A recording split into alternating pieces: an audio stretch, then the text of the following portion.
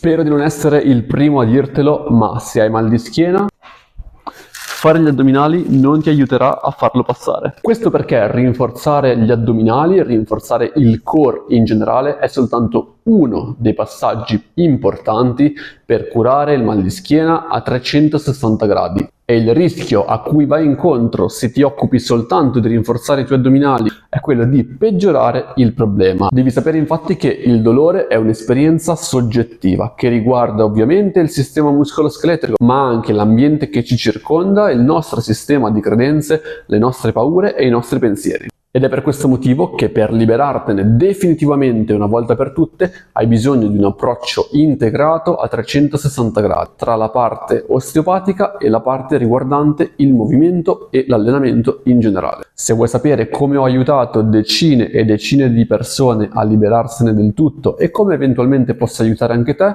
allora scrivimi in direct.